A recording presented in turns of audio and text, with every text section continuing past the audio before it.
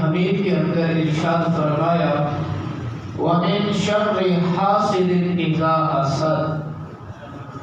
اس آیت کے اندر رب کائنات نے ہمیں حسد سے بچنے کا حکم دیا ہے۔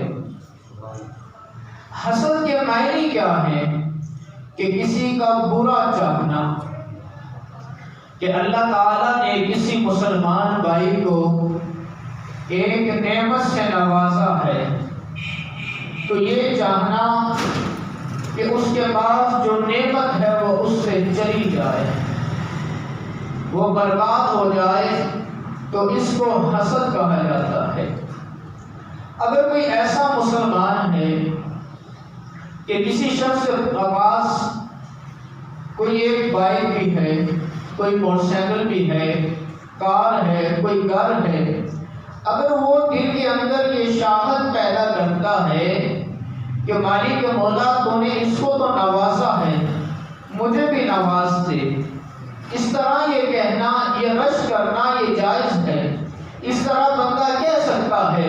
لیکن اگر کسی کے پاس کوئی چیز دیکھتا ہے تو یہ کہتا ہے کہ مالک مولا اس کے پاس جو کچھ ہے یہ سارا کچھ اس سے برباد ہو جائے، یہ سارا کچھ مجھے مل جائے، تو اس کو حسد کہا جاتا ہے۔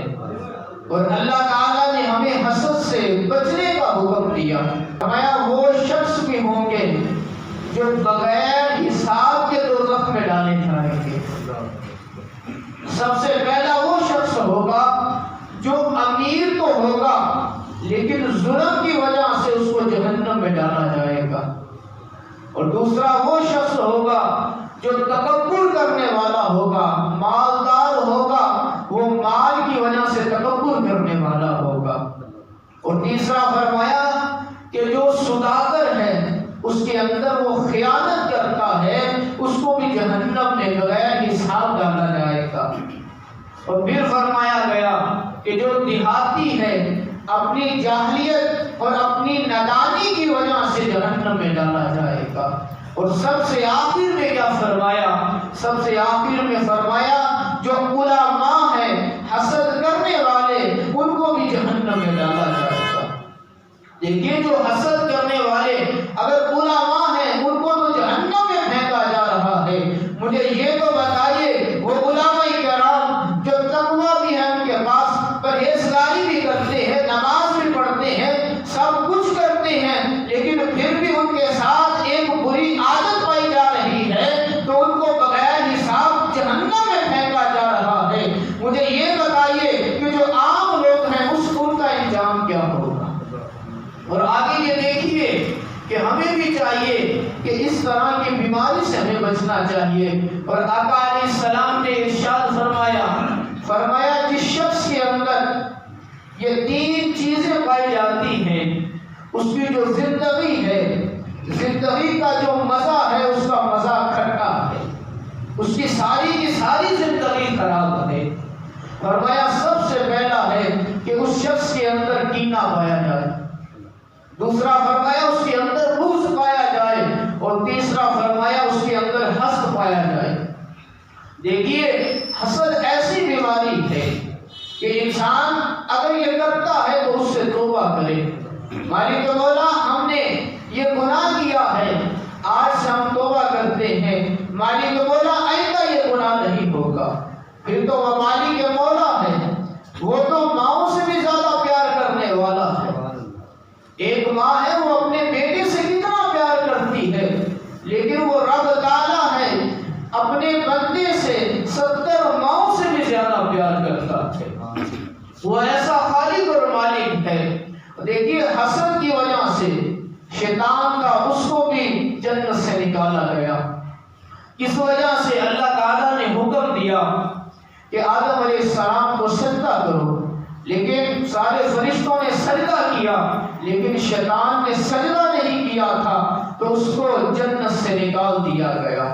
اس وجہ سے اس نے تکبر کیا، حسد کیا کہ آدم علیہ السلام تو چھوٹے ہیں، یہ تو مٹی سے بنے ہوئے ہیں، میں تو بڑا ہوں، حسد کیا۔ اس وجہ سے وہ پوری زندگی کے لیے وہ شیطان بن گیا۔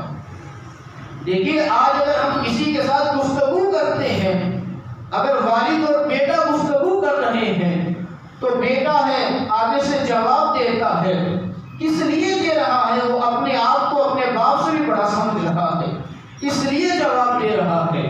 لیکن ہمیں یہ چاہیے کہ جو بزرگ حضرات ہیں ان کے سامنے ہمیں چھوٹا ہو کے رہنا چاہیے، ہمیں ان کے ساتھ اچھے اخلاق کے ساتھ بات کرنی چاہیے۔ اگر کوئی بھی شخص ہے اس کے ساتھ نرمی اور پیار کے ساتھ بات کرنی چاہیے۔ آقا علیہ السلام نے ہمیں درس کیا دیا ہے؟ آقا علیہ السلام اگر کوئی کافر بھی ہے، کافروں کا کوئی سردار بھی ہے، تو آقا علیہ السلام نے اس کو بھی عزت سے نوازا ہے۔ دیکھیے کہ جس وقت ابو سلمان ہے، ابو سفیان ساری زندگی کیا کرتا تھا؟ ساری زندگی وہ اسلام کا دشمن تھا، اس نے کلمہ نہیں پڑھا ہے، لیکن جس وقت وہ مسلمان ہوتا ہے تو آقا علیہ السلام ارشاد فرما رہے ہیں، سردار تھا اس کو سرداری چاہیے تھی، تو آقا علیہ السلام نے فرمایا جو ابو سفیان کے گھر میں داخل ہو جائے گا اس کو بھی معاف کر دیا جائے گا۔ دیکھیے کہ آقا علیہ السلام نے ہمیں ایسا درس دیا ہے۔ ہمیں یہ چاہیے کہ بڑے ہیں ان کے ساتھ اچھے لہجے کے ساتھ بات کرنی چاہیے، ان کے ساتھ پیار اور محبت سے بات کرنی چاہیے، اور بڑوں کو بھی یہ ہونا چاہیے کہ چھوٹوں کے ساتھ شفقت اور محبت سے بات کرنی چاہیے۔ اور یہ حسد کی وجہ سے قابیل نے حابیل کو قتل کیا تھا، اور یہ حسد ایسی بیماری ہے، حسد کی وجہ سے حضرت یوسف علیہ السلام کو اپنے بابا حضرت یعقوب علیہ السلام سے جدا کیا گیا تھا۔ جس وقت حضرت یوسف علیہ السلام اور حضرت بنیامین آپ چھوٹے تھے، آج کل بھی اولاد جو چھوٹی ہوتی ہے اس کے ساتھ والدین کا پیار ہوتا ہے، اس کے ساتھ محبت ہوتی ہے، اور حضرت یوسف علیہ السلام کے ساتھ آپ کے بابا کی بڑی محبت تھی۔ جب بھائیوں نے دیکھا کہ ہمارا بابا ہم سے تو اتنی محبت نہیں کرتا ہے لیکن چھوٹے بھائیوں سے بڑی محبت کرتا ہے، تو انہوں نے اپنے دل کے اندر یہ سوچا، تو ان کے دل کے اندر حسد کی آگ بھڑکتی ہے۔ جس وقت حسد کی آگ بھڑکتی ہے تو پھر وہی حضرت یوسف علیہ السلام ہے، وہی ان کا بھائی ہے، ان کو وہاں سے لے کے جاتے ہیں اور کنویں میں پھینک دیتے ہیں۔ کس وجہ سے؟ یہ حسد کی بنا تھی۔ پھر وہی حضرت یوسف علیہ السلام ان کو مصر میں بھیجا جاتا ہے، وہی حضرت یوسف علیہ السلام پھر مصر کے بادشاہ بھی بنتے ہیں۔ دیکھیے وہ حضرت یوسف علیہ السلام ہے، اور ہمیں بھی چاہیے کہ اس بری جو عادت ہے اس سے بچنا چاہیے۔ اور حسد کی بنا پر آقا علیہ السلام پر یہودی ایمان نہیں لے کے آئے، انہوں نے ایمان کی جو دولت تھی اس سے وہ محروم رہے، تو اللہ تعالیٰ نے قرآن مجید فرقان حمید کے اندر ارشاد فرمایا جو شخص ایمان نہیں لے کے آئے، انہوں نے ایمان کی مخالفت کی، تو اللہ تعالیٰ کے ہاں ان کے لیے دردناک عذاب ہے۔ اللہ نے تو یہاں تک فرما دیا۔ اور بنی اسرائیل کس لیے ایمان نہیں لے کے آئے تھے؟ وہ اس لیے ایمان لے کے نہیں آئے تھے، وہ یہ چاہتے تھے کہ جو آخری نبی ہیں وہ بنی اسرائیل میں سے ہو، لیکن جو آخری نبی تھے وہ حضرت اسماعیل علیہ السلام کی لڑی میں سے تھے۔ اور ہمیں کیا چاہیے؟ ہمیں یہی چاہیے کہ حسد کی بیماری سے ہمیں بچنا چاہیے۔ حضرت موسیٰ علیہ السلام عرش کے سائے کے نیچے ایک شخص کو دیکھتے تھے، اس کے مقام کو، اس کے مرتبے کو دیکھ کے بڑا تعجب کرتے ہیں، اور رشک پیدا ہوتا ہے کہ اللہ کے ہاں اس بندے کا مقام اور مرتبہ کیا ہوگا۔ اللہ تعالیٰ کی بارگاہ میں عرض کرتے ہیں، مالک مولا اس کو اتنا مقام اور مرتبہ کیسے ملا؟ یہ شخص کون ہے؟ یہ کیا کرتا رہا ہے؟ تو اللہ تعالیٰ نے اس کے نام تو نہیں بتایا، لیکن رب تعالیٰ نے فرمایا کہ یہ 3 عمل کرتا رہا ہے۔ سب سے پہلا عمل یہ کہ حسد نہیں کرتا تھا، دوسرا یہ کہ یہ اپنے والدین کا نافرمان نہیں تھا، اور تیسرا یہ فرمایا کہ یہ کسی کی چغلی نہیں کیا کرتا تھا۔ اور اس حدیث سے ہمیں یہ معلوم ہوا کہ اگر کوئی شخص ایسا ہے وہ حسد نہیں کرتا ہے، نہ وہ چغلی کرتا ہے، اور نہ اپنے والدین کا نافرمان ہے، تو پھر اللہ تعالیٰ کا اس کو قرب نصیب ہوتا ہے۔ اور جس شخص کو اگر اللہ تعالیٰ کا قرب نصیب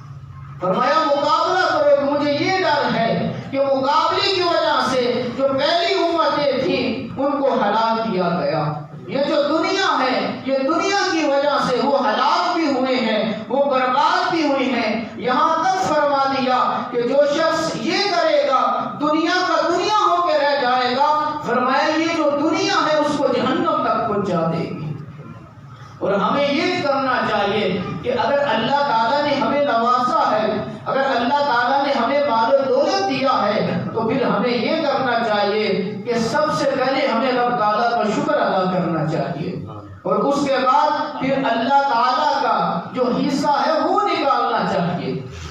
اللہ نے قرآن مجید فرقان حمید کے اندر ارشاد فرمایا وَمِمَّا رَزَقْنَاهُمْ يُنْفِقُونَ، اللہ نے فرمایا جو ہم نے عطا کیا ہے اس میں سے خرچ کرو۔ اللہ نے یہ نہیں فرمایا کہ جو تم نے کمایا ہے اس میں سے اللہ کی راہ میں خرچ کرو، اللہ نے فرمایا جو ہم نے تمہیں عطا کیا ہے اس میں سے اللہ کی بارگاہ میں اللہ کی راہ میں خرچ کرو۔ تو اللہ کی بارگاہ کے اندر سوال کیا مالک مولا ہم تیری بارگاہ میں خرچ تو کریں گے، مال و دولت لٹائیں گے تو تو ہمیں انعام کیا دے گا؟ تو رب تعالیٰ نے فرمایا تمہیں دنیا کے اندر بھی اجر عطا کروں گا اور آخرت کے اندر بھی اجر عطا کروں گا۔ اور آقا علیہ السلام اپنے صحابہ کرام کو سمجھا رہے تھے۔ کیا سمجھا رہے تھے؟ اے میرے صحابہ، اگر ہم کسی جنگ کے اندر جاتے ہیں تو ہم فتح حاصل کر لیتے ہیں، تو جو ہمیں مال و دولت ملے گا تم اس کا کیا کرو گے؟ صحابہ کرام عرض کرتے ہیں یا رسول اللہ جو اللہ اور اللہ کے محبوب کا حکم ہے ہم وہی کریں گے۔ سب سے پہلے ہم اللہ کا شکر ادا کریں گے، اس کے بعد جو اللہ کا حصہ ہے ہم وہ نکالیں گے۔ تو آقا علیہ السلام نے فرمایا اس کے علاوہ تو کچھ نہیں کرو گے؟ فرمایا یا رسول اللہ اس کے علاوہ کچھ نہیں کریں گے۔ تو آقا علیہ السلام نے فرمایا کچھ لوگ ایسے ہوں گے وہ ایک دوسرے کے ساتھ مقابلہ کریں گے اور مقابلہ کرتے کرتے یہاں تک پہنچ جائیں گے کہ اپنے رشتہ داروں سے اپنا ناطہ توڑ دیں گے، اپنے بھائی کو بھائی نہیں سمجھیں گے، باپ کو باپ نہیں سمجھیں گے، یہاں تک ناطہ توڑ دیں گے۔ اور حضرت ابو دردہ رضی اللہ تعالیٰ روایت کرتے ہیں کہ آقا علیہ السلام نے ارشاد فرمایا جو شخص اگر کثرت سے موت کو یاد کرتا ہے نہ وہ کبھی خوش ہوگا، نہ وہ کبھی مسکرائے گا اور نہ وہ کسی انسان کے ساتھ حسد کرے